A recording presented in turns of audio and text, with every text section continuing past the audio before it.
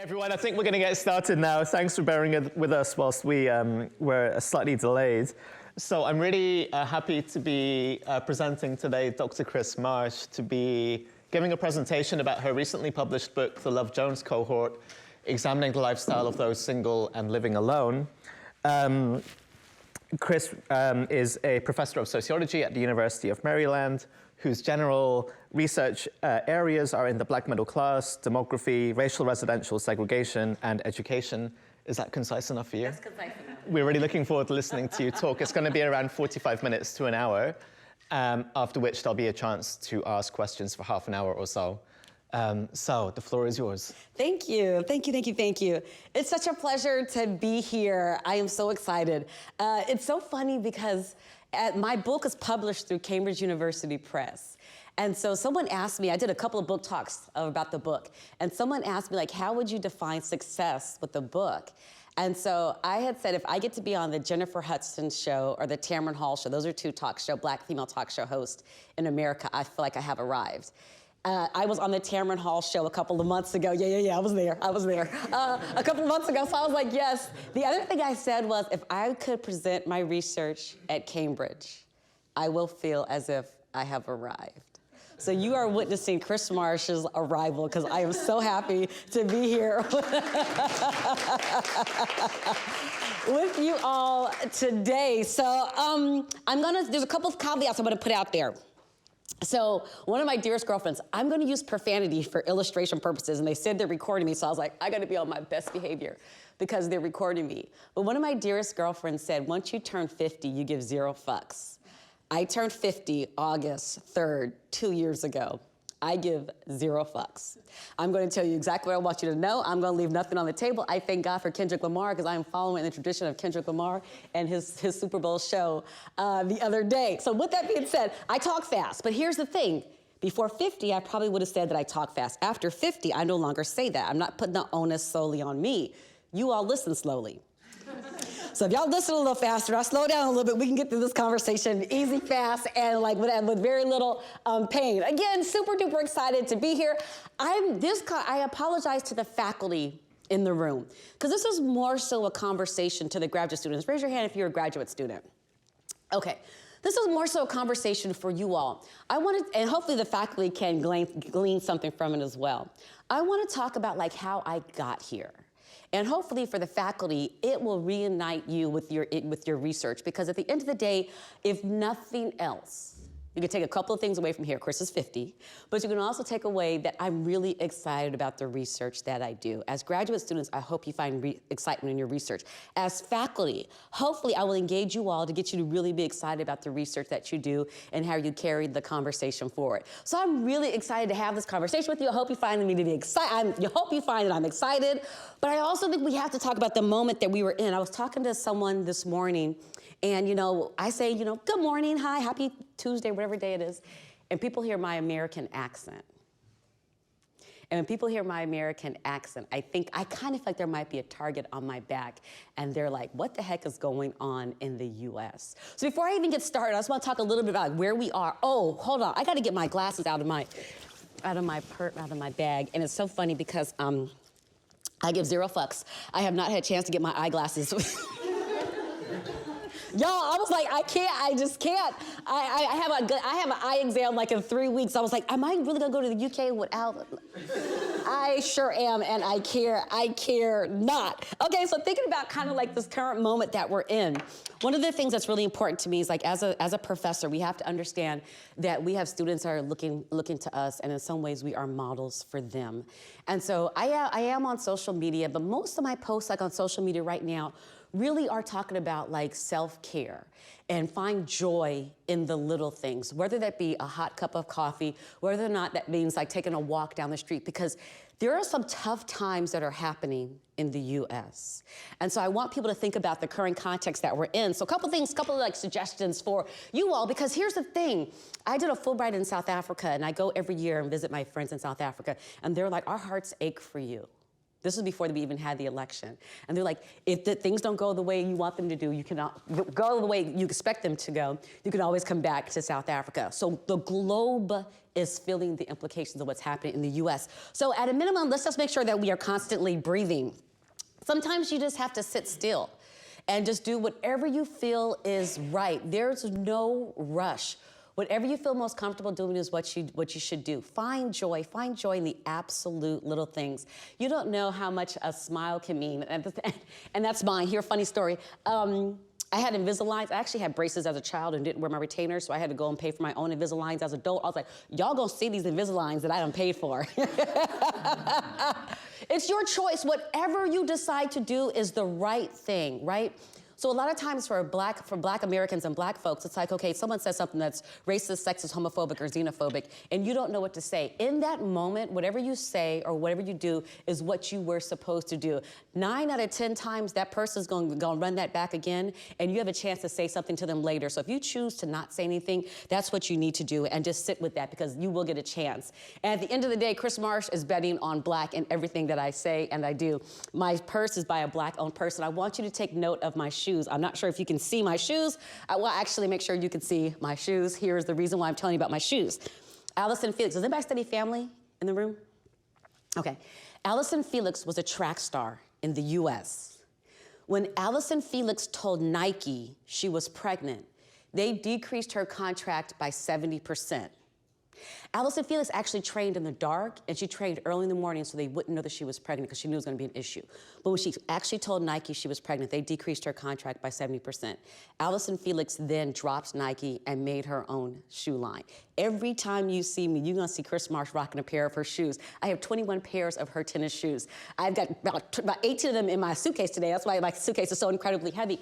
I was in the airport and I ran into Allison Felix and had on a pair of her shoes. So that was like the highlight of my entire summer, entire winter break. Okay, so that's just kind of give me a little context of how we got here. Like, all my shoes are comfortable, and they're the most comfortable pair of shoes that I've ever had. Side note, she has a sexist policy, and she calls it that because I don't have children, but she said that sometimes when you have children, your feet grow. If your feet grow, you can automatically exchange them for another pair of shoes without having to not having to pay for them at all. Anyways, okay, that has nothing to do with the conversation. Today, students know that I call it a side note. I just say side note things throughout my conversation just because I can. But let's talk about singles. Let's talk about the book. Let's talk about how I have arrived. I love audience participation. So I want you to raise your hand if you know somebody that's single. We're going to talk about like what all this kind of stuff means. Raise your hand if you can include yourself in this conversation. Raise your hand if you know somebody that's single and is living alone. Raise your hand if you know somebody that's single, living alone, is college educated. Raise your hand if you know somebody that's single, living alone, college educated, making good money. We can decide what good money means in a minute. Raise your hand if you know somebody that's single, living alone, college educated, making good money, and is working. Lastly, raise your hand if you know somebody that is all these things and a homeowner. So we're putting some hands down, but if you look around the room, people have their hands up. Here is where Kris Marsh decided to insert herself in the conversation. And I say this everywhere I go, and I want you to understand what I mean when I say this. Again, I'm 50. I decided early on in my academic career, Kris Marsh, as a sociologist, decided early on I did not want to pimp the poor to make my academic career. There are people who do not look like me, have spent all their academic time looking at poor Black Americans. And Kris Marsh, did not want to do that as an academic. I wanted to look at those who were middle class. So all of my work looks at avenues into the Black middle class or consequences of being in the Black middle class. So this was really important to me. But as I'm being trained as a sociologist and as a demographer, I'm realizing like there's a demographic shift, and scholars are just not really having a conversation about this group of people. And Kris Marsh, want to insert myself into the conversation about this group of people. So one of the things that I did is I have this kind of term that's coined SALA, and it's called SALA, S-A-L-A, single and living alone. Side note, the book came out February 8th, 2023, I believe. The audiobook came out August 8th, 2023. And so they asked if I would narrate it or if I could have somebody else narrate it. And I kind of wanted somebody else to narrate it. Clearly, I talked too fast. And I wasn't sure how that was going to go down. But I remember they sent like an email to me like, is it SALA or is it SALA? It is SALA, SALA, SALA. So we talk about Dr. Marsh. Be sure to say SALA because she does not go on to call it SALA. So I started out my academic career on the quantitative track because I am a demographer, trained demographer. I did numbers. At some point, once I became tenured, I was like, I want to do some qualitative work. And I actually say in the book that I wanted to put some metaphorical meat on the numeric bones that I built over the year. On a side note, which has nothing to do with this conversation, but I think it's important. It's funny, I did something for CNN a couple of years ago, I think it was 2011. And they asked me, I did a video and it actually kind of like went viral. And they were like, would you please respond to some of the comments? I was like, I will not respond to comments. I do not respond to comments. And so they said, how about we pull out some of the comments and you just respond to those comments that we pull out? So I said, okay, fine. So the ones that they said, we'll pull out the good ones. I was like, these are the good ones? This is exactly why I do not look at comments. So I remember one of the comments said something like, oh, Dr. Marsh probably just went to the hair salon and talked to a whole bunch of her girlfriends and then just wrote this academic article. And I was like, wow, thank you for the reminder that I haven't been to the hair salon in 17 years. But I also appreciated the fact of that statement because the assumption is that this is not based on national data, but I used national data to quantitatively argue that there was a demographic shift in the Black middle class to young Black professionals who weren't married and didn't have any children. Once I established that quantitatively, then I felt like I wanted to put some meat on the numeric bones. But let's talk about how I thought about the people that are single and living alone and how I got to this compositional shift in the Black middle class. For the quantitative work that I looked at, I want us to look at people ages 25 to 54. I am really interested in those that are single, never married. Here's what's really interesting about that. For graduate students, scholars, I wanted those who had never been exposed to the stimuli. The stimuli is actually marriage. There's other work out there and there's other work to be done that looks at people that are returning to singlehood, whether or not for separation, widowhood, or divorce, they're returning back to single, and what does that actually mean? But that's not my research. My research is really those who have not been exposed to the stimuli, and I'll talk a little bit more about that later. I'm actually also in the quantitative work, I want us to look at people who may or may not live alone, but they're just not living with their romantic partner. I'm not trying to measure fertility. I'm not doing that. I want to know if you're in the household by yourself or if you're in the household with someone else who is not a romantic partner. Living in like Los Angeles, California, living in Maryland, Washington, D.C., living in London, I hear, can be very expensive, and you have to have 6 people living in a 4-bedroom house that you can make ends meet. So I'm not worried about whether or not they're in a romantic relationship. I'm just curious to know if they're living in the house by themselves or not, and if they have children in the house or not. I also had to decide whether or not I wanted to call my group SALA or solo. There's some work that's out there in singlehood research, and I'm really appreciative of it. One book is by Eric Kleinenberg. It's called Going Solo, The Extraordinary Life of Singlehood, or something like that. And so Kris Marsh, had to decide if I wanted to kind of fall in that camp and use solo, or if I wanted to use SALA. Because I'm particularly interested in Black households, I wanted to use SALA. And the reason why I wanted to use SALA is because I didn't want to exclude the race conversation. I say it in the book, and I kind of stand by this as well. It's really important to not lose sight of the race conversation. It's really important that we understand that in a lot of ways, Black folks actually have been doing singlehood for quite some time, and they've shown other people how to do it. And I didn't want Black folks' contribution to the singlehood scholarship to get lost. So I decided to call this group SALA, not solo. Now, this is the one and only time you will see me doing a cross comparison, an interracial comparison. Kris Marsh, as a full professor, I have decided that there's enough variation in Black America that I never have to do I can do intra-racial comparison. And this is really important. On a side note, another side note, I did some training with police officers. Please don't ask me about that training in the Q&A because I do not want to get my blood pressure up. It was implicit bias training, trying to get officers to think about some of the biases that they have. And I say this everywhere that I go, and please hear me when I say this. If it doesn't relate to you, then if it doesn't resonate with you, it doesn't relate to you. Police officers kill Black bodies. Professors kill Black spirits. If it doesn't resonate with you, it doesn't resonate with you. Here's what I think is really important. Police officers kill Black bodies makes the 5 o'clock news. There's professors that kill Black spirits. And I'm talking about the collective Black.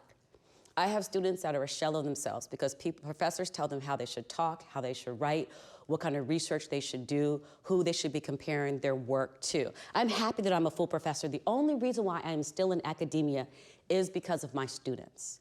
Because during COVID, I had to understand that I don't want to be complicit in these social institutions. Here's what we know. Policing's got some biases that run through it, or anti-Blackness that runs through it. A lot of social institutions have anti-Blackness that runs through them. Education is no different. If I stay in education, then I'm complicit in this whole process. So Kris Marsh, said, I want to do something different. I'm going to leave academia and I want to be a manager of a golf course. I'm a full professor, Fulbright scholar, and I want to be a manager of a golf course. I do not want to stay in academia. The only reason why I decided to stay, because I want to be able to help students understand your research is important. You can do intra-racial comparison. And I tell all my students every semester, the only reason why I'm still an academic is because of you. The day you get on my nerves, I'm doing something completely and totally different. And they're like, no, Dr. Marsh, you're not gonna leave us. I was like, try me. Absolutely try me. Well, so with that being said, I don't do interracial comparison. I do intra-racial comparison, but here I am completely contradicting myself wholeheartedly just for illustration purposes. One of the things I say in the book, and I stand by this, is that Black folks have kind of shown the world, and if you look at the data from 1880 until 2020, Black folks have kind of shown the world how to do singlehood. But what happens a lot of times is that our contributions get ignored or they fall to the back. So I'm trying to give Black singles, I wrote the book partly to give Black singles like their flowers, to say, hey, you've been doing this for a while, let's have a conversation about what you are doing.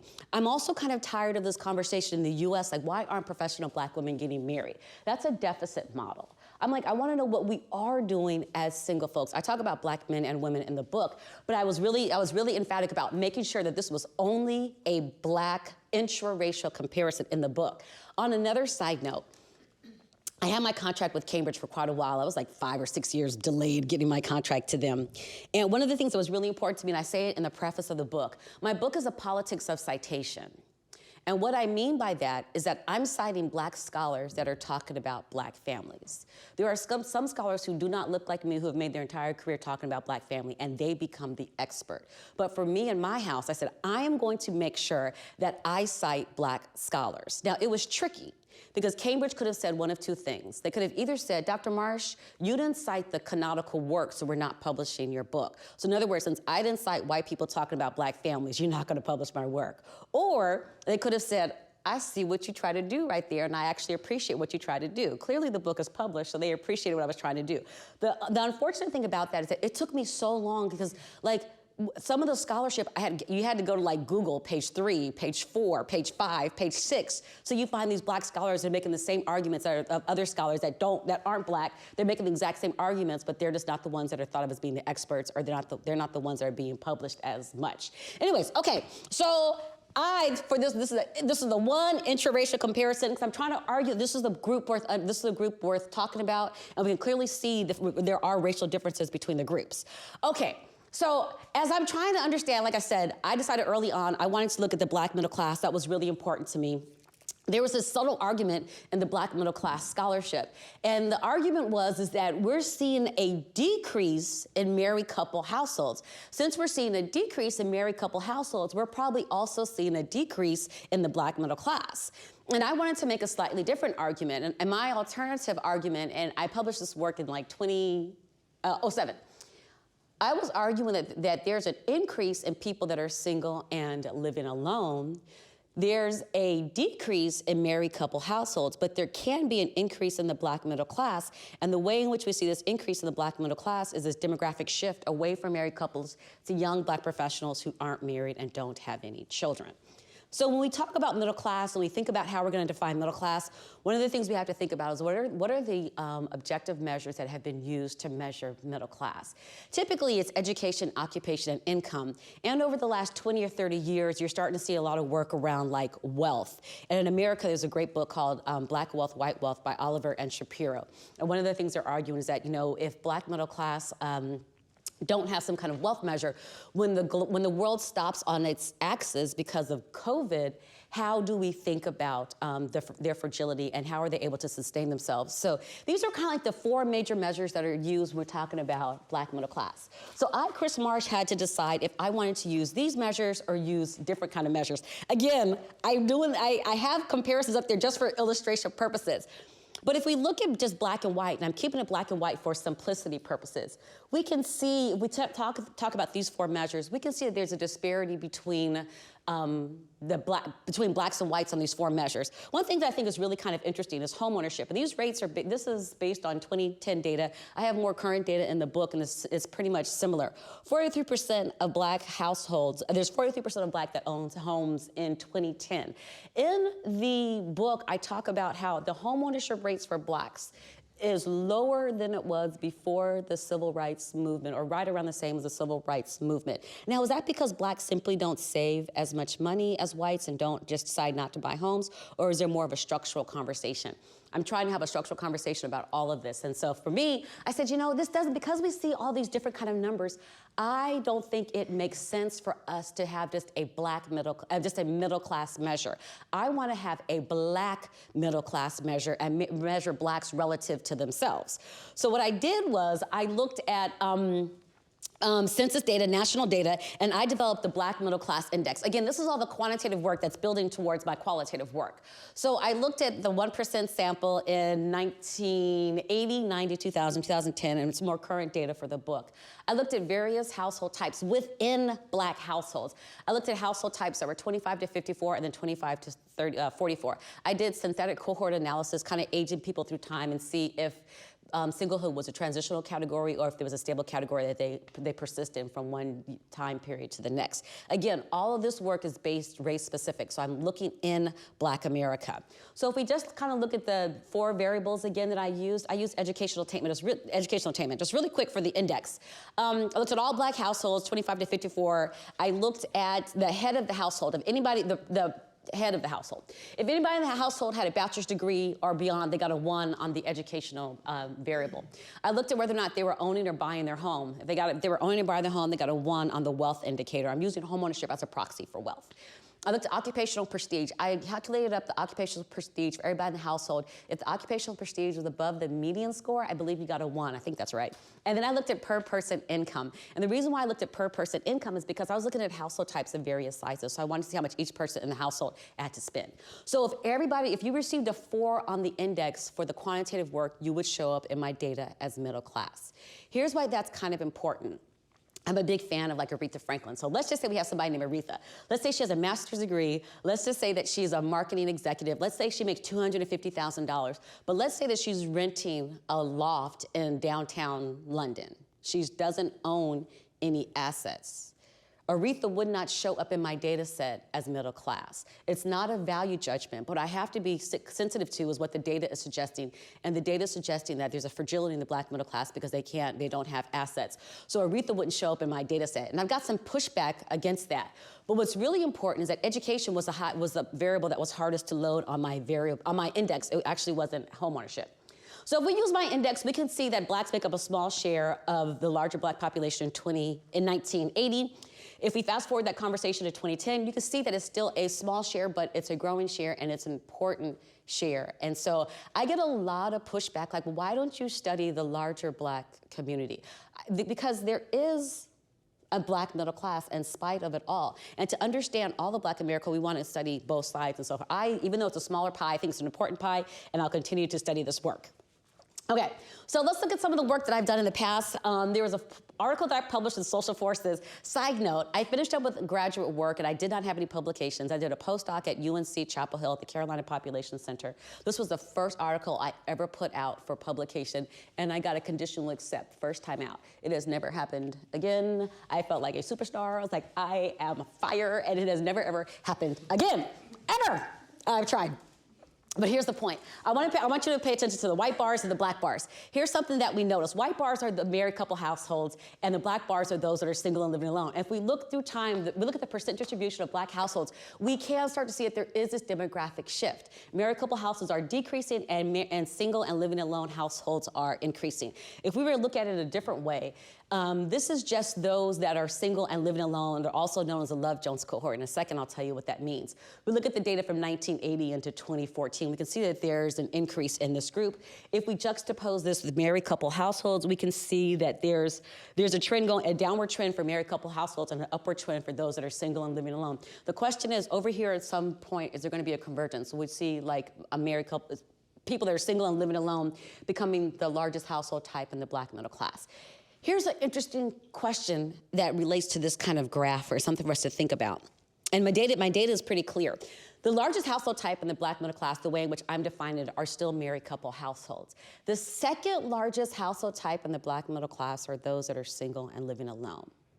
If the conversation becomes, how do you replicate the Black middle class? If the second largest household type in the Black middle class are single and living alone, how do you replicate the Black middle class? And that's where my book tries to kind of like insert itself into the conversation. Now, why the title, The Love Jones? Here's what's really interesting about writing a book with a really funky title. I have a colleague of mine who won the Stockholm Prize, and he called me, he's like, Kris, I was in the library on campus, and I saw your book, and I just bought your book because I was like, fascinated with the title. I was like, bet, pay me my $3. Oh, in case y'all did not know, I published my book with an academic press. You know, Cambridge is an academic press. Cambridge makes 90% of each book that I sell. I thought I was gonna make so much money on book sales, I was gonna buy me a Rolex. I was gonna buy a whole Rolex. $3. The book is $30. I give $3 for each book that is sold.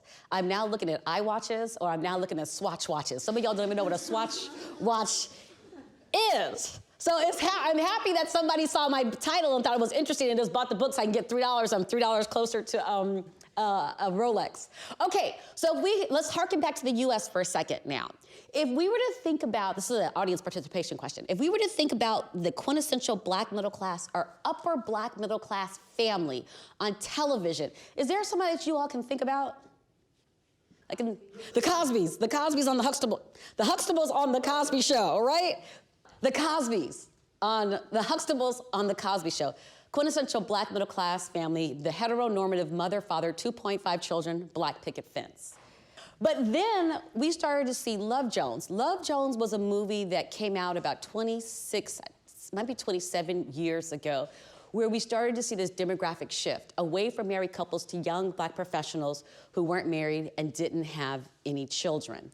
It's not, and so the book is named after the demographics or the characters, not the story, because the story kind of is a little bit of a love story. I was talking to someone earlier today, I think it was Suzanne, and I was saying like, I say Love Jones, the movie, my students have no idea who I'm talking about, which is interesting. Side note, let me tell you what I just realized just like a couple of years ago, and I was like, this is fascinating. I think I started teaching at 35. You know, I'm 50 now, 51 actually. We're one industry, we don't age together. I was teaching 18-year-olds at 35. Then I was 40, I was teaching 18-year-olds. Here I am, 51, teaching 18-year-olds. The connections are, we don't age together. I'm like, the connections are looser and looser. I talked about Murphy Brown. They're like, who? I was like, Google it, you got your phones, you're sitting there on Instagram, Google it. It's just, and so that's why I'm like, by 60, I will not be in academia anymore. That is the decision that I, Kris Marsh, have made. Sorry, I keep hitting the mic. That is a decision I, Kris Marsh, have made. I am not saying it's an ageism thing. I am not. But if I love my students and adore my students the way in which I say that I do, I want to get out of the way so younger scholars can make those connections because they're getting looser and looser. I was at Vanderbilt and they were like, no, you're the kind of professor that needs to stay. The ones that don't get that are the ones that need to go. And I'm like, I'm gone. By 60, I'm gonna be doing something completely and totally different. You're probably gonna find me on a golf course, managing a golf course. I'm like, you think I'm playing? I don't care. Love Jones is now the movie that starts to give us this demographic shift. Media kind of got it, but the social scientists are kind of slow on kind of understanding this demographic shift. So, raise your hand if you've seen Love Jones. Perfect. That's why we're gonna get a 2-minute trailer of the movie. Okay, the Billy D thing is a little played out, but I will give you 10 cool points for nostalgia's sake. I am not trying to meet another man at this time. You and I should get together sometime and have a drink. I don't think that'll be a very good idea. Hey. Persistence. Be surprised how far I can get you. Boom! Put it on. I want you to be a friend of mine, Tracy Powell. Hi. What? You married. Wait, if my memory serves me correctly, you were the one that told me not to get married. Damn, I did say that. But I also said the Commodores would get back together. I mean, who knew? What I need is to find a man who's not scared of my power. Ladies, what's up? One thing, I don't need poetry to get women. No, you need a personality to get women. Try a breath mint and a visa. New Line Cinema presents. Love is what you make and with whom you make. I don't know, man. It defies description. Whatever it was, man, she put it on me. Girl, the man wears sex like a coat. Lorenz Tate, Nia Long, Lisa Nicole Carson, Isaiah Washington, and Bill Bellamy. Sometimes a man just want to be held, you know? Cuddled a little bit. Please. In a film about making it. All we ask is a little sex on demand. Thank you. Breaking it, Wave goodbye to your daddy, baby. and putting it all together. This is nothing serious. This is not a love thing. Love Jones. Yes, it's sweet. Wait a minute. You made breakfast.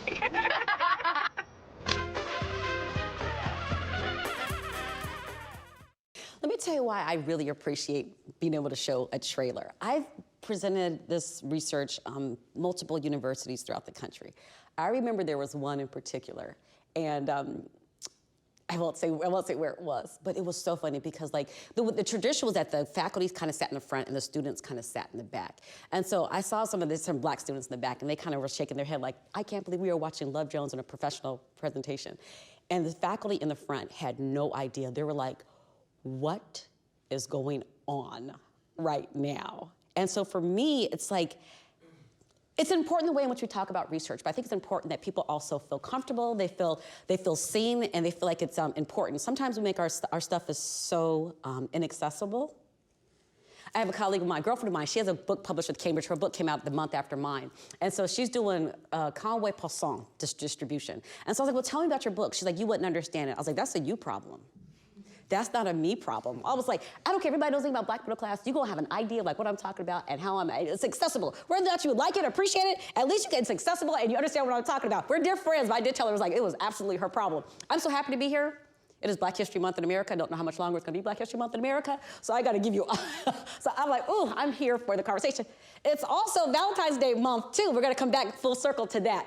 But the book really is a love letter to those that are single and living alone. Like I said before, I'm so tired of this conversation. Why aren't black professional women getting married? It's a deficit model. It doesn't matter what your pedigree is. It doesn't matter how many degrees you have. The only thing that matters is that if you have an MRS degree.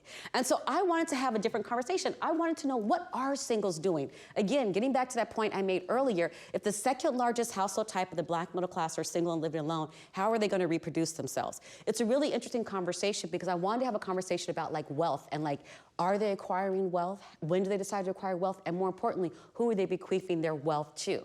So I did the quantitative work. I was tenured. Once I was tenured, I then wanted to pivot. On a side note, in the sociology department at the University of Maryland, College Park, I'm the first black woman who has gone from assistant to associate to full.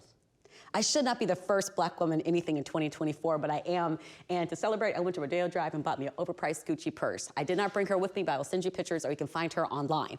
Okay, where was I? Oh, so it was really important that we have this conversation, and I wanted to kind of look at singlehood from a slightly different perspective. Just because theory is important, and some of us are like theorists, let me talk about the main theoretical frameworks that I'm drawing from. I'm kind of drawing from stratification economics. And so stratification economics talks about structural rather than behavioral explanations to understand the space that people are in. I am offering a structural instead of an individual conversation about singlehood. The reason why I'm doing that is that because if we keep singlehood at the individual level, black women might think like, oh, there's something wrong with me. I'm not praying enough. I'm not fast enough. I'm not thin enough. I'm not tall enough. I'm not light enough. I'm not dark enough. My hair's not straight enough, and so on and so forth. But I'm arguing there's a structural conversation that we have to overlay. It can't just be an individual conversation. And I'm arguing that structural forces constrain our personal choices. Especially when we think about dating. If I were to say that differently, I would say racism constrains our personal choices. If I were then gonna back that up and kind of give an example of what I mean by that, if I, Kris Marsh, wanna marry another black heterosexual male who has his own home, has a PhD, has estate planning, and makes $250,000, he's simply not there. Now, it's not a value judgment, but if that's what I want, he's simply not there. So we have to understand, like, whether or not we're single by choice or by force, we have to understand how structural forces constrain our personal choices before we even get into the dating market. So I'm kind of drifting from stratification economics. I'm also talking about this idea of like intersectionality. I want to come back to this idea. I'm going to come back to this. But let me tell you, so I get hate mail all the time. I got some hate mail just, I think it was yesterday, 2 days ago. On social media, like, you're bad for Black America because you're not promoting family and marriage. I was like, I say in the book, I'm pro-love, I'm pro-marriage, I'm pro-Black love, I'm about it. But I'm not gonna just blankly support this idea of like marriage for the sake of supporting it. I'm just absolutely just not. So I am talking about singlehood. Singlehood is really important to me, and trying to understand the intersections of singlehood. So when we think about intersectionality in very basic kind of terms, I'm sure you all kind of understand that. It's like you have to look at these multiple identities together. You can't look at them separately. So if you're talking about race and you think, I'm a Black woman. So if you talk about race, you exclude the sexism that I might have to deal with. If you talk about sexism, you might have to exclude the racism that I have to deal with. So I am arguing that we need to include singlehood in these characters that we're putting in intersectionality. I thought I was going to get pushback about that. So it's not that I'm a Black woman, I'm a single Black woman. And what are all the implications around that? I'll have to give you some questions to think about at the end of that. I thought I was gonna get pushback. I did not get pushback there. At the end, I will tell you where I do get a lot of pushback. And then respectability politics. I'm trying to see if like people that are single and living alone are engaged in this idea of like respectability politics. Is there a certain way they think they need to act and behave to be accepted by the larger white America, but also some aspects of Black America? So those are like the main kind of theoretical frameworks that I draw from. I'm just gonna give you the table, again, I want my $3, so I hope that after this conversation you are so intrigued that you go out and buy the book, so I cannot give you all the findings, because if like 5 of y'all buy my books, that's gonna get me to about $20. Well, here's what I will do. I will tell you the table of contents of some of the things that we talk about in the book. So one, we talk about the debate on defining the Black middle class. What I'm so appreciative of is that there's no definitive answer on how we define middle class. So as long as I'm in academia for the next 9 years before I'm 60, I will still have a conversation about how you define the Black middle class. I'm really curious to know how the Love Jones defines the Black middle class. If the Black middle class is thought of as this heteronormative mother, father, 2.5 children, and a Black picket fence, how do the Love Jones, who are single and living alone, how might they define the Black middle class, and is family part of that conversation? I wanted to talk about Black middle class identity. What responsibility does the Black middle class have to what responsibility does the Love Jones cohort have to the larger Black middle class, and what identity do they hold? Here's something that's really interesting about this. When you buy the book, you have to make sure and read the footnotes. I have an editor, and the editor told me, Dr. Marsh, sometimes you go off on a tangent. Can you imagine? It's like sometimes you go off on a tangent. If you feel like you're going off on a tangent in your writing, put it in a footnote, but keep the footnote to a minimum. I have 120 footnotes because I have some tangents I wanted to go off on. One of the things in this chapter, I believe it is, read the footnotes. It's really important to me. And I had to advocate to have the footnotes read in the audiobook. It talks about, in this chapter, they talked about W.E.B., the respondents talked about double contact, the talented 10th, W.E.B. Du Bois' notion of the talented 10th. In real plain terms, W.E.B. Du Bois said that 10% of the population, of Black population, would uplift all of the Black population. He pushed back on his own idea at some point in time. So I, as a scholar, had to be sensitive to this, so I had to talk about what the respondents talk about, and they talked about this idea of the talented 10th. But in a footnote, I put that there was another writer who was writing the exact same time as W.E.B. Du Bois. And their argument was that if you improve the life chances of Black women, you'll improve the life chances of all Black Americans. But this writer didn't get as much notoriety and visibility, partly because her name was Anna Julia Cooper. They were gatekeepers that prevented her work from getting published. The academic skedaddle is that W.E.B. Du Bois was one of the gatekeepers that prevented her work from being published, and he actually plagiarized some of her work later on in life. As a Black woman, I could not write I had to be sensitive to what my respondents were saying, but in a footnote, which I thought was really important, I included Anna Julia Cooper into this. I wanted to talk about the rise of never married Black singles. Funny story, the book actually started when I submitted it to Cambridge, it started in chapter 2. I really didn't want, I think it's chapter 3. I really didn't want to get into the conversation of why the rise in singlehood and why people aren't married and what some of the research says. Is it sex ratio, is it imbalance, is it a value, people not valuing marriage as much? I really didn't want to get into that, and they were like, singles in your book, so you're gonna have to like grapple with some of that conversation. So some of that conversation shows up in chapter 4. Number 5, again, I want to talk about choice, circumstance, or amalgamation of both. And what we do know is that whether or not it's by choice or circumstance, we have to understand the 30,000-foot conversation that structural forces constrain personal choices, regardless if you're single by choice or by force. I want to talk about their lifestyle. I want to talk about what they are doing, not what they don't have, but what they are actually doing. I want to have a really great conversation about the intergenerational mobility and dissemination of wealth. my editor said, you must really be excited about that stuff, because he's like, that chapter has a lot of passion, because I'm really interested about the whole wealth conversation, but we're not talking about that today. I also want to talk about like homeownership and the accumulation of wealth, how they decided to accumulate wealth, what they did with it once they accumulated it. I also want to talk about like neighborhood decisions, where they live, why they live where they live, and how much they interact with their neighbors. I'm not showing that data. I usually show that data, but I looked at some of y'all's preferences and some of y'all's research interests, and I was like, I'm going to share some different data today. And then lastly, I talk about health, mental health, well-being, and coping strategies. There was an undergraduate student who then became a graduate student who's now an associate professor at UCLA. Her name is Courtney, and I co-authored that chapter with her. So there's 2 chapters that we're going to focus on, chapter 6 and chapter 10. Oh, really quick, let's kind of go through how I collected the data. I collected the data from June through August 2025. I recruited heavily from the DC, Maryland, Virginia area. So this kind of holds up in that area. I really am curious to see how the Love Jones holds up in the Deep South, how it holds up on the West Coast, and how it holds up in other countries. The interviews lasted about an hour. There were some that lasted 45 minutes, some that lasted over 3 hours. Location, it depended on where the respondents wanted to be interviewed. Sometimes we went to their home, sometimes we came to campus, whatever. Most people like, let's go to a coffee shop. The coffee shops are not great to do an interview because there's so much noise in the background, but they think like, oh yeah, this coffee shop. No, don't do it. We did compensate. I can't remember, I think we gave them $15, $20. It was not a lot of money. We also used a snowball sample. And so we asked people at the end of the interview, if you know 5 people that fit into this demographic, please give us your name and information and we'll follow up with them. And it kind of worked out that we got people that way. We also tried to do gender and racial, well, gender parity. So we had young men interview the young men, we had women interview the young women. We had nobody in the data set that defined as non-binary. So just look at the demographics. We had 62 respondents. Most of them were women. The age range was 25 to 64. The average age was just under 40. All of them were from the DC, Maryland, Virginia area. They all self-defined as middle class. None of them had ever been married, had no children, and a lot of them had wealth. Most of it was equity in their home. Interesting thing about never married. We had some people who halfway through the interview, they're like, well, I was married, but my spouse is like dead to me, so I'm never married. I was like, that's not how that works.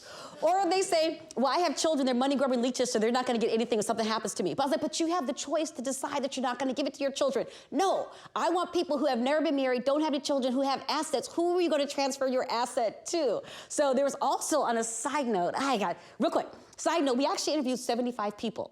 We had one person, so we recruited people that were black, middle class, blah, blah, blah. We had one person who was, street race was not black, but they went to a black school, they went to HBCU, they were in a black fraternity or sorority, and they dated black people. And so they signed up for the interview to do the interview. They showed up, we're like, okay. So I was like, just do the interview. So we did the interview, and at the end we had to decide, and they gave us 5 names. So now we had to decide whether or not we were going to keep them. And so my research team, which mostly comprised of students, they were like, yeah, Dr. Marsh, we can keep them. And I was like, ugh. So what about if we just get rid of the one person? But so I decided, because my students were like, no, we need all the data we can get. I decided, no, we're going to exclude that person and the 5 people that they gave us, because it's fruit from the forbidden tree. If we wouldn't have known this person, we wouldn't know the 5 people. So 6 people were just excluded right off the bat. Okay, so let's talk about some of the questions that I asked some of the respondents. Do you think that your single status affects your health? And if so, how? What does being single and living alone mean to you? And what, if any, are the positive and negative aspects of being single and living alone? There's kind of 3 buckets of findings I want to briefly talk about and then open it up for questions. One, people talked about friendships, they talked about freedom, and they talked about situational loneliness. If we look at just the friendship, we have Kaylee, who is 40 years old. In her free time, she likes to travel, and she also works out as much as she possibly can. She highlights that socializing with friends is a big part of being single. Just because you live alone doesn't mean you're always alone, because you have friends you can always go out with, you can invite over, and you can go to their homes. We had another person, which is Nancy, who's about 43 years of age, roughly. She writes for a local newspaper and likes to travel in her spare time. And Nancy said that at the time, this was like she was in college. At the time, my friends, we all lived in the DC area. We chose to live near each other. So we could all just be within a couple miles radius of each other. We all lived within a 10-mile radius of one another. And so one of the things that was really clear in the data, especially for the Black women, their social networks played, their friends, their non-romantic nurturing relationships played a huge role in how they navigated their singleness. They had sister circles, they had sororities, there's all these things that really like helped them. The men in the cohort, we didn't see that show up quite as much. In fact, I think it was Reggie, one of the guys, I can't remember his name. They said, we really don't have these intimate relationships with other men because, if we do, people might think that we're soft, people might think that we're gay, people might think something, make some assumptions about us. So one of the things I do hope comes out of this is that we normalize non-romantic nurturing friendships for other men, because Black women seem to have this on lock, and it really did help them navigate their singleness. Freedom was something that showed up quite often when we talked about singles. So here was Glenda, who enjoys riding bikes, she enjoys poetry, she is a federal government worker, she's a swimmer, and she's an avid reader. Glenda talked about living alone I'm living alone right now because life hasn't presented me with a better alternative. I'm 36 and I'm kind of like, what's really going on here? She also talked about, there's nothing else that's going for me right now, so I just gotta deal with this. She also goes on to talk about one of the things about being free, about her having freedom is having the ability to decide like what she's gonna have for dinner. In fact, she called it create a meal. And what she said was sometimes all I have is donuts and wine, so that's what I'm kind of like having for dinner. Now, Glenda was kind of like, this is the situation I'm in, I'm gonna make the best of it, and I do have some freedoms, but Glenda would be okay if she could be partnered. Similarly, Lillian is about 37 years old. She likes to run her public relations business, and she spends a lot of time on that. Here's something I really liked about Lillian. Lillian talked about Carrie Bradshaw. Carrie Bradshaw is one of the characters out of Sex and the City. Why are we laughing at Sex and the City? And so everybody thinks like, Lillian was talking about her family. Everybody thinks like, I'm this Carrie Bradshaw. I'm out hanging out, having a wonderful time, just going out all nights, coming at 3 o'clock in the morning. But then she goes on to say, no one has said good morning to me in 6 months. And so I was like, wow, no one says hello to me when I get home. So she has this freedom. She can live the Carrie Bradshaw life, but then also she has to grapple with the idea when she gets home that nobody's there to greet her. So these kind of, the friendship and the freedom one leads nicely into this idea of like loneliness, because one of the questions I want to talk about is like whether or not the respondents kind of felt lonely.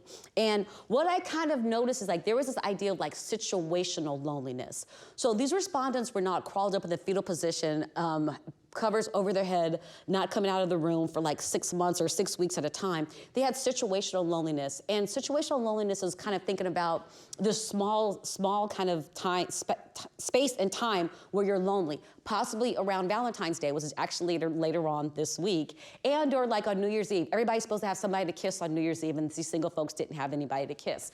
Or like Valentine's Day, you're gonna get chocolates or flowers from like your boo thing, but I would admonish us to think differently about Valentine's Day. It's like, why can't we give flowers and chocolates to our non-romantic nurturing relationship? Why does it always have to have like a romantic kind of connotation to it? So when we think about situational loneliness, it's like, we first have to talk about emotional loneliness. And so this is like a lack of quality connections. You don't have like these really, really deep connections. And then sometimes you have this idea of like social loneliness where you have a lack of like a wide circle of friends and acquaintances. But when I'm talking about situational loneliness, it's these bouts of loneliness that ebbs and flows, but are short periods of time. It's not debilitating, it's a short period of time, and friends help people that are in these situational loneliness positions in the Love Jones cohort, help them navigate through this. And it's short, it's not habitual, and it only lasts for a little bit. It only lasts for a short period of time. It's temporary, that's what I'm looking for. It's temporary. 10 minutes? Yes, okay. So let's talk about situational loneliness. 2 people talked about it. Lillian, again, who is the Carrie Bradshaw, or her family thinks she's a Carrie Bradshaw. She talked about how when she's sick, she has no one to call on, and so she has to outsource some of her stuff to Uber or some kind of source to get her some kind of food or something like that if she is in fact sick. So she said, if I have a head cold, I've got to try to figure it out. Thank God for Instacart and other delivery services. I can outsource my groceries and that kind of stuff. So because she gets sick and she doesn't have anybody to call on, she kind of has a situational loneliness. But the sickness goes away. The sickness goes away. She's happy. She's okay with her freedom. She's glad that she has her friends and so on and so forth. But there is some loneliness. But again, it's just kind of situational. The other thing that's really kind of interesting about Carrie, somebody else talked about how sickness kind of came up one other time. And they said they were dating this guy. And this guy was like, well, if you send me some money, I'll go and buy you some Yeah, and so I think it's important that we get back to the idea of like friends, because when a friend knows that you're sick, the friend's gonna show up with the chicken noodle soup, with the ginger ale, and the saltine crackers. Those are like the trilogy that my grandmother used. I don't know if y'all use those here in the States. But again, friends played a central role, and you didn't always have to fall back on the romantic relationships when you were sick. So we have Alex. Alex is an analyst and is majored in analyst in a major school system. In her free time, she likes to read and likes to illustrate, and she likes to write young adult fiction. It's not as bad, so you're talking about situational loneliness. It's not as bad as people would think. A lot of us people assume that because I'm alone, that I automatically want company, and it's not always the case. Alex went on to talk about how sometimes she does want company, but that company doesn't always have to be a romantic partner. It can be a non-romantic, nurturing relationship. And so there are times when she gets lonely. So the people did pick up on loneliness. Joseph is one of the male respondents in the book, and he talked about situational loneliness as well. He's a computer analyst, and in his spare times, he likes reading books and or playing on his computer, and he's 31. And Joseph said, you break away from your childhood friends. I'm in a different city, so I'm not around people I grew up with anyway. It's hard to trust people and develop friendships later in life. So one of the things that's really interesting about this is that we talk a lot about like romantic relationships. There's all these wonderful, great apps that are out there if you're trying to find a romantic relationship. But where are these applications when you're just trying to find a non-romantic, nurturing relationship, a friend? They're simply not there. And so the respondents did talk about situational loneliness, but it was only a temporary, short period of time, and they dealt with it. I didn't want to talk about Adoria. I thought I took Adoria out. Okay, so real quick, just to follow up again, some of the things I want to talk about as it relates to the selective findings. I want to talk a little bit about friendship, freedom, situational loneliness, and how that all falls under the larger auspice of well-being. I think I just moved the table. Okay, here's some of the broad conclusions I want you to draw from this brief conversation we had about the book. One, we have to understand that a lot of the respondents saw the single as positive, but situational. There were times where they did want somebody, a romantic partner, but overall and by far, they saw it as positive and they were okay with their status. Some of them wanted to be in a romantic relationship, but they wanted to make sure that it made sense and they weren't just going to take anything. Aging and making friends. Again, I want us to have a larger conversation about us making friends later in life. There's some research that talks about never marry folks, and sometimes they could be happier than marry folks. Part of that is because long-term never marrieds, they have friends for different things. They have friends that they go to church with, that they play golf with, that they use profanity with, that they go to brunch with.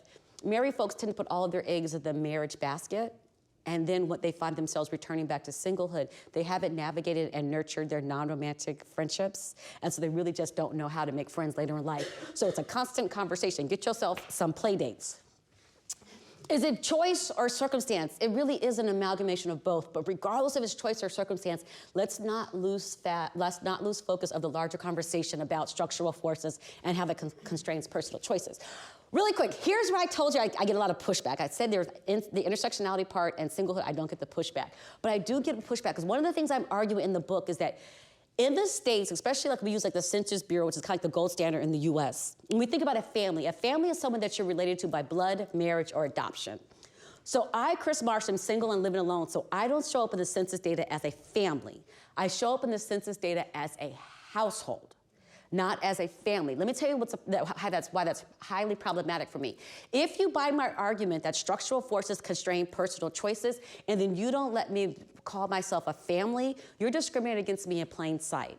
3 examples I can draw from the US, hopefully it relates here. Verizon is my cell phone plan. I want a discount. I want the family discount on my one cell phone plan. Slightly more egregious, I want to go on vacation. Single occupancy is more expensive than double occupancy. The last one, hopefully y'all understand this one, the tax code. There's a singlehood penalty built in to the tax code. There's a really great book called The Whiteness of Wealth, and one of the things the author argues there is that we need to all file our taxes as single. If we can't file our taxes as single, we should be able to file taxes as I'm saying we should be able to file taxes as a family. I want to file my taxes as the Kris Marsh family and get the benefits of the Kris Marsh, the SALA family plan. If you don't, I get a lot of pushback. People are like, oh, family has to be this, this, and this. I was like, oh, contraire. I don't get nervous to do presentations. I had to do a presentation at the Census Bureau, and I called them all the way out for using family. Oh my gosh, but great conversation. I only had 3 people on my list to visit when I got there. By the time I left, I met with 11 different people. I was like, okay, if you don't buy my argument of a family of one, why can't we develop these augmented families? This is the idea that Andrew Billingsley talked about. There's also another scholar that wrote about this. Her name was Carol Stack. She wrote All Our Kin, and she talked about fictive kinship. Andrew Billingsley was writing the same thing about Carol Stack. So I went back to Andrew Billingsley's work and cited his work and talked about augmented families. And so the argument about this augmented families is that I have a goddaughter and I have her mother. Her husband passed away and our godson passed away. I'm paying my goddaughter's tuition every single day. Why can't her and I be legally recognized as a family? All of my assets that I have are gonna go to Adoria if she acts right. You can tell I said that too. You can absolutely tell her I said that. All of my assets are going to go to her. Why can't we be legally recognized so that I don't have to worry about estate tax or anything like that, end-of-life planning? Why can't we? Again, if you buy my argument that structural forces constrain personal choices and I'm not being defined as a family, are we not discriminating in plain sight? Okay. I'm gonna give you some questions to think about, and we're gonna open it up for questions. So as we're thinking about the black middle class, as we're thinking about people that are single and living alone, here's a couple of questions I wanna leave you with.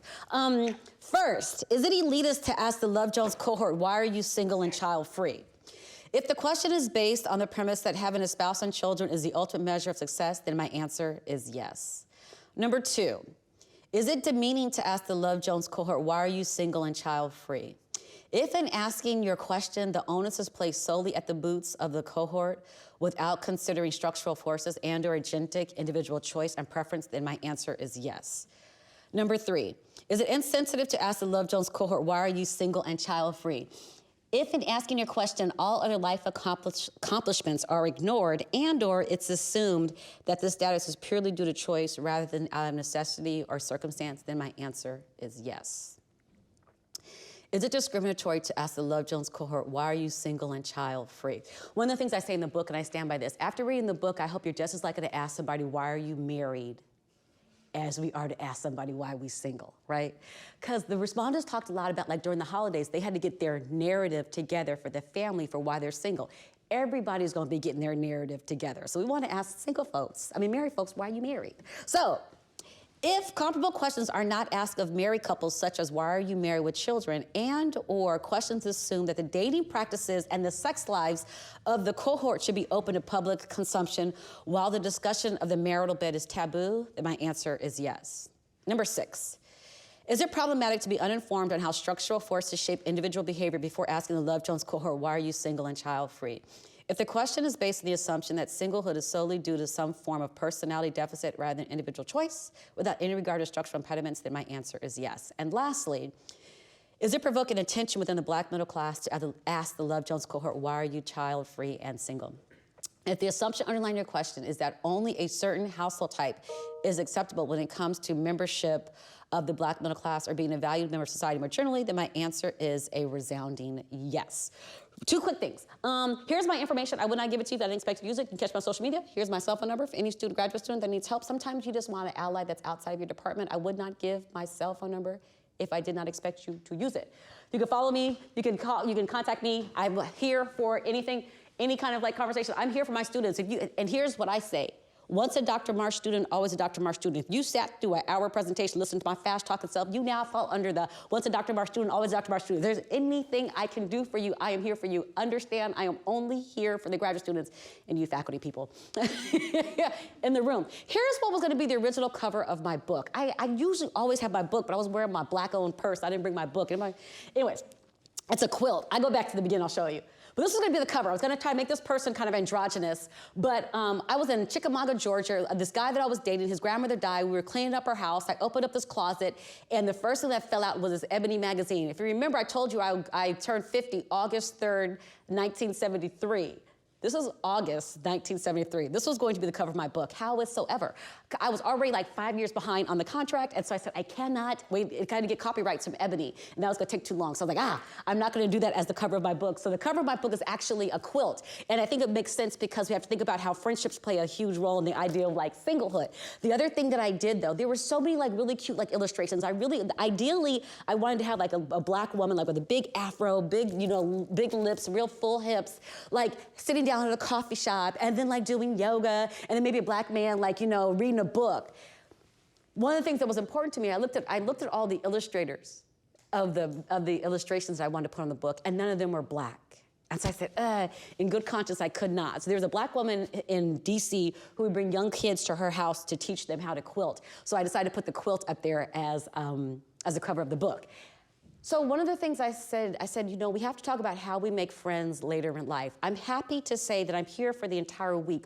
On Thursday, I will be in London, and I will be in London with a Black women's group, and the panel is how you make friends later in life. So I research about it, but I'm also trying to be about, this is my glam shot. This is not the Kris Marsh that you know now. But if you know anybody that's going to be in London, if anybody wants to take the little trek, you get on the Thomas line, you get off on King's Cross, exit, I think. I'm learning. Please do come. Please share with others. It's going to be more of this kind of conversation, but I think it's really important that we have a conversation on how you make friends later in life. Okay, that is it. I am done. Thank you so much for having me. I want to get back to the... Cool, so we have like 25 minutes or so to do a Q&A? Yes, so that's the cover of the book. That's the quilt. It's actually a quilt. It's a cool cover. Yes. So yeah, I really enjoyed that presentation. Lots to think about. Other questions? This one want to get us started off. Do you want to get us started at the back? Do you mind just introducing yourself as well when you ask questions? Absolutely. My name is Isabel. I'm a third year undergrad studying HSPS, which is like Cambridge's social sciences degree. I love that. That was amazing. I was just wondering, like, is there a difference in attitudes towards singledom in your younger and older counterparts? Like, is it you sort of like a young man's game, like, oh, it's fine, well, you're 20 and you're young and then you're Harry Bradshaw life, but then as a 35, 40-year-old woman, like, clock's ticking, like, you know, was there a sort of shift in narrative amongst your contributors? Okay, Isabel? Yes. Isabel, thank you so much. Thank you. That is a great question. Isabel, yes. Okay, so yes. Here's what, and I think I even say this in the book, I'm like, there's so much stigma around singlehood. I don't know if it's older, younger, male, female, and I actually say in the book, like, y'all have to figure it out because it's just not consistent. There's just like this idea of stigma around singlehood. So we asked respondents, who do you think is more stigmatized? Older folks, younger folks, blah, blah, blah. And so what some of the respondents said is like, okay, well, like, women are more stigmatized. We're thought of as being, I'm gonna use illustration, we're thought of as being angry black bitches if we're single. It's like if men are single, it's like, okay, it's because they're pedophiles or they're closeted, down low, like gay, pedophile. All these like really kind of like weird things. So both people thought stigmatized each other, but with age, it was really kind of interesting because, and let me make sure I got this correctly. They said like the younger folks are more stigmatized. And the reason why the younger folks are more stigmatized is because there's more people in their dating pool. As you age, people die off, so people aren't around, so you're less stigmatized. Like, I don't know that I would have seen it that way, but I've got to be responsible to the respondents. And so I don't know. But here's what I do know. Consistently, if you're single, people tend to make negative assumptions about you, whether or not you're young, old, black, white, short, tall, male, female. And so at the end of the day, I'm really just trying to destigmatize singlehood. I'm trying to get us to think about singlehood in more nuanced kind of ways, because a lot of times we'll get in relationships or stay in relationships that are abusive, toxic, unfulfilling, and unrewarding simply because we don't want to hold the title of single. And so I'm just trying to destigmatize that for anybody. And a lot of like younger folks are like, Dr. Marsh, thank you, because you give us another narrative. Sometimes the assumption is you go to college to find you get a ring by spring. Somebody taught me that just the other day. I was like, oh, okay. But what you don't learn is like how to make your lifelong friends that'll be with you for the remainder of your life. You're not taught that. And so for me, I'm just like trying to get us to stand confidently in our singleness. And then another part that I would add to that, I was like, and this is like baffling to me, like, it's so simple, it doesn't make sense. It's like, if you don't want to be with yourself, finish the rest of that. Why do you think somebody wants to be with you? Listen, I think I'm entertaining, I think I'm engaging, I think I'm mildly funny. I like being with me. But until you feel comfortable with yourself, no one else is gonna feel comfortable with you. So yeah, Sigma was across the board, male, female, and younger and older. Thank you for the question. We had a question right here, I think. Yeah, go ahead. Yeah, no, thank you so much. That was really, really good. I have a question regarding your take on reproduction, because you were saying that you're also interested into knowing how will the Black middle class reproduce. Are we talking about biological reproduction or more like this cultural reproduction? And going back to your example of the example with you and your goddaughter, I mean, there are other ways also of continuing reproducing or relationships to people. Yeah, no, what's your name? Raquel, that's a really great question. So I'm not talking about biology. It's not like a biological conversation. In fact, I talked earlier about how I'm not measuring fertility. I don't want to know if you have a child. I just want to know if there's a child in the household in the quantitative work.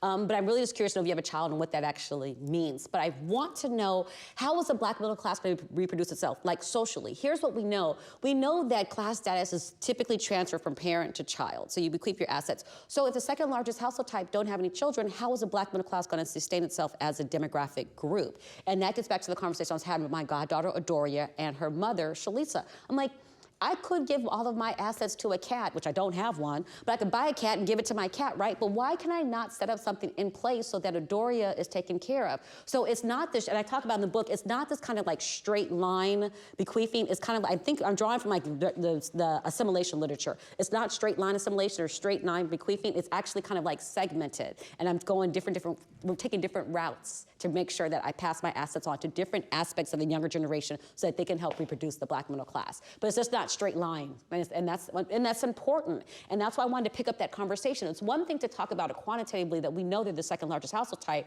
but we don't know how are they thinking about acquiring assets, and then how are they thinking about who they're going to distribute their assets to? And that becomes a part of the conversation qualitatively that I was trying to pick up on. And think about, when do you buy homes? And a lot of the respondents talked about how they were buying homes, but they felt discriminated against in the housing market. It's well, it's just an income of one. How do we know you're going to be able to be you're a good buy, you're not a risky buy? And so think about when they buy assets, how they buy assets, and who they bequeath them to is a really important conversation to help to get at how we reproduce the Black middle class structurally or culturally. Yeah, thank you for the question. We're gonna go here in the front. Oh, am I supposed to call on people? I can do it for you. What's your name? Okay, hi, I'm Robert. Thanks Robert, yes. Yeah, so I really enjoyed it. I was wondering, following up on the home ownership, I saw you have a chapter on it. I guess, your data is from 2015, and I get you have to do your research at some point, but I wonder now, 10 years later, what has changed, if you could speculate on it, because I am wondering, can you still be middle class today as a single person, as a single Black person? Because in urban areas, at least, if you don't have two professional incomes, and if you don't inherit any money, I guess it's almost impossible to buy a house. So I was wondering if you already see, maybe in your data from 2015, that there's maybe a divide within the Black middle class between younger generations unable to acquire those signifiers of being middle class, and the older generations who manage to get into the housing market in the right time. Yeah, no, that's a really great question, Robert. So I'm gonna answer it two ways. So the first part is I don't know what the current data is suggesting. I do talk about it in the book, and I kind of stand by this, is that there's some people in the Love Jones cohort who didn't even buy homes and didn't own homes. They had other assets. Some people had gold and precious metals. I was I think I'm doing life all the way wrong because I don't have any gold or precious metals. I bought this Rolex on Amazon. They told me it was real. What was I talking about? Okay, so a lot of them don't have homes. And part of the reasons why some of them don't have homes is because there was a big housing crisis that showed up in the U.S. and they saw what their parents went through. And they themselves said, we don't want to go through that. We want to do something different. So a lot of them they have stocks, bonds, retirement, precious metals. Only a few had precious metals and gold, but they actually didn't do home ownership. And I think that trend will absolutely persist through time. It's no, they don't want to be, and a lot of people don't want to be tethered. Well, now that the federal government's making you come back to work, Trump is making federal government workers come back to work. They don't want to be tethered to a city, so they don't want to buy. They don't want to own. But as long as they had some type of asset, they would show up in my data set. And an asset's important, again, because when the world stops on its axis because of COVID, do you have something to fall back on? Can you sell something to sustain yourself if your job comes to an end? So yeah, I think we're going to see homeownership not be as relevant as it used to be because they understand implicitly the racism that exists in the housing market. And so they're we don't want to do this. Yeah, great question. Yes. Oh, wait, we had a hand in the back, and I'm coming up to the front. What's your name? Back in the very back. Oh, thank you. I really enjoyed the presentation. Have a good one. I was actually thinking about this love and friendship and what you might think about this. I mean, you're on the one hand suggesting single you can be single yourself, but do we necessarily need friends either? And is there a normative understanding of friendship as somehow positive or good that's also happening there? Like, because queer studies, for example, say that you can be antisocial. You don't have to be. You don't have to have friends. You don't even need a lover either, right? Right. So how would we think about the self as perhaps also critically about friendships and queer families, for example, families we choose rather than families that come to us. So I was quite curious about how you might complicate family or friendship too along with this. That's a really great question. I've done this, talked about this book for like a year and a half, and I've never gotten a question like that. That's a fantastic question. The way I would answer that is that Bella DePaulo, who does a lot of work on singlehood, she wrote a book called Single at Heart, which people that knew they never wanted to be in a romantic relationship. I would probably also argue that Bella would say that they also don't have to be in any kind of non-romantic, nurturing relationship, and you can be in a relationship with yourself. The respondents talked a lot about friends and how friends played a central role in their lifestyle as singles. So I have to be sensitive to that. That's what the respondent's saying. But I think you bring up a really great point that do we have to even normalize friends? Here's what I want you to take away from this conversation, though, because I say this in a lot of spaces that I go in.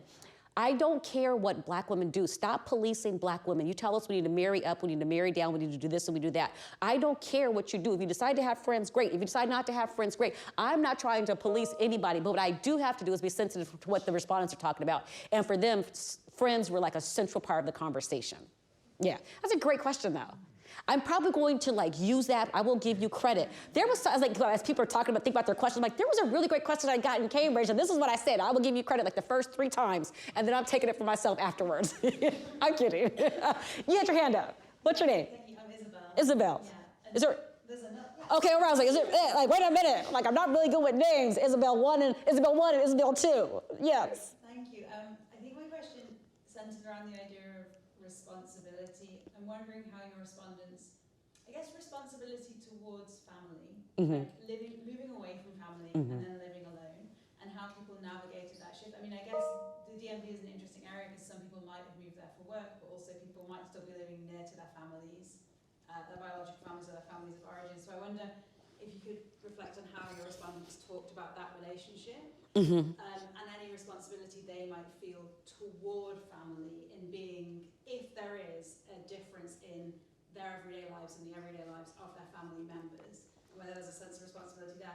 Similarly, I wonder if any of your respondents talked about the level of responsibility they felt towards managing themselves and managing their own lives, because I think, speaking from personal experience, being single and being responsible, a lot of the work comes managing the bills, managing expenses, managing all these things that usually you split, that are invisible forms of labor. Yeah, no, those are great questions, Isabel 2. I didn't give you a whole new name. Isabel 2, and are you from the DMV? Because people don't typically say DMV, so when you said DMV, I was like, okay, right, because I was like, because I moved there, I was like, why is everybody so obsessed with the Department of Motor Vehicles? Because I'm from LA. I was like, bruh, I'm not understanding. So when you said that, I was like, she knows. I was like, that's a really great question. It's in one of the chapters, I can't remember. Here's the funny part. You write a book, you never go back and read the book, so I don't remember where it is. But we talk about the responsibility to the larger black community. So there's some data that came out of the Washington Post and the Kaiser Foundation did a study looking at single black women. And what they found, and my data picked it up as well, is that their extra time and their checkbook becomes the family time and the family checkbook. So since I, Kris Marsh, am single and living alone, I'm a SALA, not a SALA, but a SALA. I have to take my grandmother to the podiatrist because everybody else is married, they got kids, they got to pick up kids from school, but I'm at the, what is a podiatrist? But here I am taking my grandmother to the podiatrist. Similarly, it's like, well, we don't mind asking Kris for money because we're not taking food out of her children's mouth or out of her spouse's mouth, we're just taking food out of Kris's mouth. She'll be all right. She can create a meal for dinner and have donuts and wine, although I don't drink wine. And so the respondents talked about that too.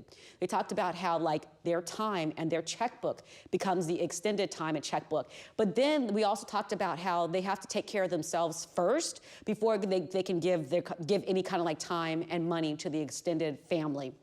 And it's pretty consistent with what the data actually says. You know, I often think about like, put your mask on and make sure you're in an airplane, put your mask on before you help anybody else. And the respondents understood that the family was kind of dragging on their resources, but they also grappled with like, well, how much do I actually help? How much could I help? How much should I help? And so your last question about like this kind of a social this responsibility that we have as singles. I don't know how I want to answer that. Right?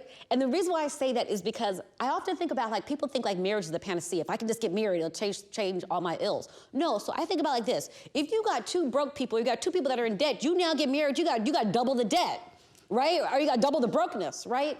So I do think like if you have another person, that person brings in same bills. So you got double the bills you got to pay. You only got to pay 10 bills now, but then now you have 20 or something. So I'm not sure how I would answer that. We automatically assume like when we partner, it's going to make things better and it's going to alleviate some things, but sometimes it can exacerbate some things and it can expand some things. So that's how I think I would answer that question, Isabella. Isabel? Isabel. Yeah. All right. Thank you. What's your name? Yes. I'm Reese.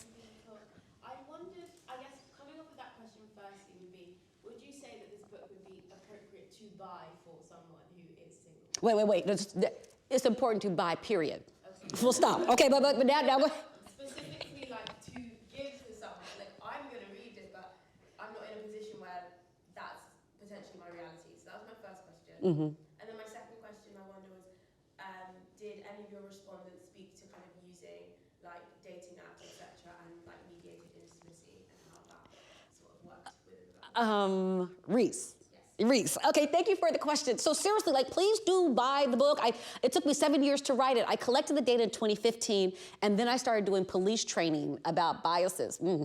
Do not ask me anything about that. Please don't. I really don't want to get my blood pressure up. But I didn't have enough bandwidth to come home and write the book. But then in COVID, I was like, we're just sitting at home. So I was like, I guess I'll write a book. So I sat and wrote a book. And my girlfriend and I, we'd be on Zoom so long. We're like, Zoom was getting ready to call us and be like, is there a problem? Do you not know how to log out? Why are you still here? Because we were on Zoom all day long. I don't know what that's doing. So yes, I want everybody to buy the book because I wrote the book. It took me 7 years to write the book, and I said what I said. I stand by everything that I said at that point. That's how I felt at the time that I wrote the book. But I was in the airport because, I'm out here slinging my books. I'm trying to get my Rolex. So I told this guy, I was like, hey, you need to buy this book. It's about single, blah, blah, blah. He's like, I'm married. I was like, with an attitude like that, you ain't gonna be married long. Like, why aren't you even open to having the conversation? Here's the story, though. Singlehood is a title that all of us have held. So whether or not you're single now, you have been single, or God forbid, you might return back to singlehood. And so everybody should be reading the book, even if you're married, because if you're married, and I think what's her name? Bridget Jones's Diaries. She calls y'all the smug marrieds. Even if you're now married, buy the book because it teaches you, it has a conversation about how you navigate your single friends. Stop asking your single friends why they're single. Stop asking your single friends why you think it's okay. Why? Oh gosh, we're on video. Let me clean this up. Why is it okay to ask your single friends when's the last time they got some? But it's not okay to ask married folks when's the last time you. Okay, so everybody really should read the book, and all of us have been single at one point in time. And it's so funny because, like I said, Charles Lobb, who won the Stockholm Prize, a chronologist, he's an older white man, probably upper middle class, but he's not black, he's not middle class, he's not single, but he too had learned something from the book. One of the best compliments I got was this older white woman. She was like 40 and her husband's like 20 years older than her. So like, I read your book and we put estate planning together. We put a will and living trust together because we read your book. So the book resonates with everybody. You don't have to be black, you don't have to be single, you don't have to be middle class. It should resonate with everybody. I think you had another question there, and I absolutely don't even remember what it was. It's okay, I'll repeat. I wonder if you could speak to like whether the black middle class use dating apps and how that mediated intimacy was impacted. Yeah, so I have a whole section. Again, I did not want to put a section in about dating. I really didn't, but I had to. But I put a whole section in there, and they talked about dating apps, and there's a book called The Dating Divide. Celeste, somebody Google it, The Dating Divide, and I draw from it quite a bit. And similar to what the argument that Celeste is making in her book is that a lot of the respondents they felt like the racism or the sexism, especially Black women, felt like they were thought of in hypersexual kind of ways, or they were highly invisible on these dating apps. So a lot of them did talk about these dating apps, but they talked about it in very negative kind of ways. There's a footnote there, and in a footnote in that section, I talk about Sarah Brightman, or Venus Hottentot, which is something I think is really interesting to me. People don't know a lot about her. She's from South Africa, and I put that in a footnote. Doesn't necessarily relate to singlehood, but I was like, this is the book that everybody's gonna read, so I just wanna give you some golden nuggets. So Venus Hottentot made it into a book about singlehood. If you don't know who she is, Google it. We've got time for like one, maybe two questions at a push. Do you want to ask yours? Scarlett, do you also have a question? Then maybe if you both ask your questions, Chris can take them as well. Miriam, you've got a question as well. I can ask afterwards. We can take the three questions and then. Cool. Yeah. Hi, I'm a gender studies postgrad here, and I actually came across your research last year because I look at Black women who are child-free by choice. Oh! So one of the questions that I have, the question that I have, with the participants, was it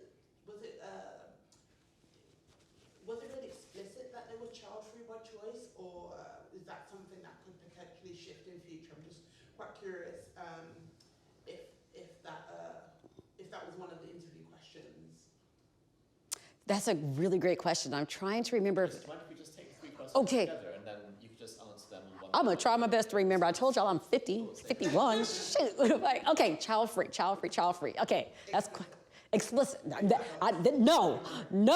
But I'm trying to remember what we did ask. But no, explicit, no. But okay, I'll come back to that one. Yes, what's your name? Miriam. I was kind of wondering, you had a graph that looked like it was going up around like the 1970s. Yeah. Was there a shift that was like historically situated? I guess also in terms of maybe like the meaning of, I was thinking a lot about like religion, because my aunties would be the kind of people asking, why are you not seeing anyone? And they're kind of using religious language, like you need to spread your seed and that kind of thing. There's like any kind of historical link to that. Okay, all right. Scarlett, do you have a question? Well, I actually have to go and teach in Oh. 2 minutes. So Okay. I'm going to excuse you. Thank you. Okay. All right, Charlotte, sorry I didn't get a chance to answer your question, but thank you so much. Apologies. Oh, no problem whatsoever. Okay, I'm gonna work backwards. So I don't actually know what's happening here. This is where I think the economists and/or historians can I know my lane and I stay in my lane. I don't know what's happening right here.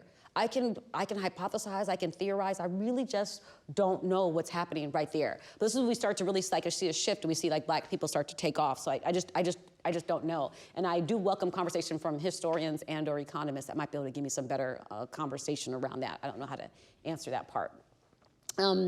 Black church. One of the things, so my mother doesn't care that I'm at Cambridge. I mean, she does, but she wanted me to be in the Black churches. She wanted me to be in Black churches, doing a book tour or doing on the circuit Black churches. Not one Black church has asked me to come out and give a conversation about singlehood. I actually am very, what's the word? I don't want to say indicting. I'm kind of, what's the word I want to use? I don't want to use harsh. I give the Black church some things to think about in the conclusion of the book. Because I'm like, so all you have for like so single Black folks is how to stay single and saved? That's all you got for the Black church? That's it? As if marriage has to be the final answer. And it's funny, similar to that. I have a guy that I know, I'm not gonna call him a friend.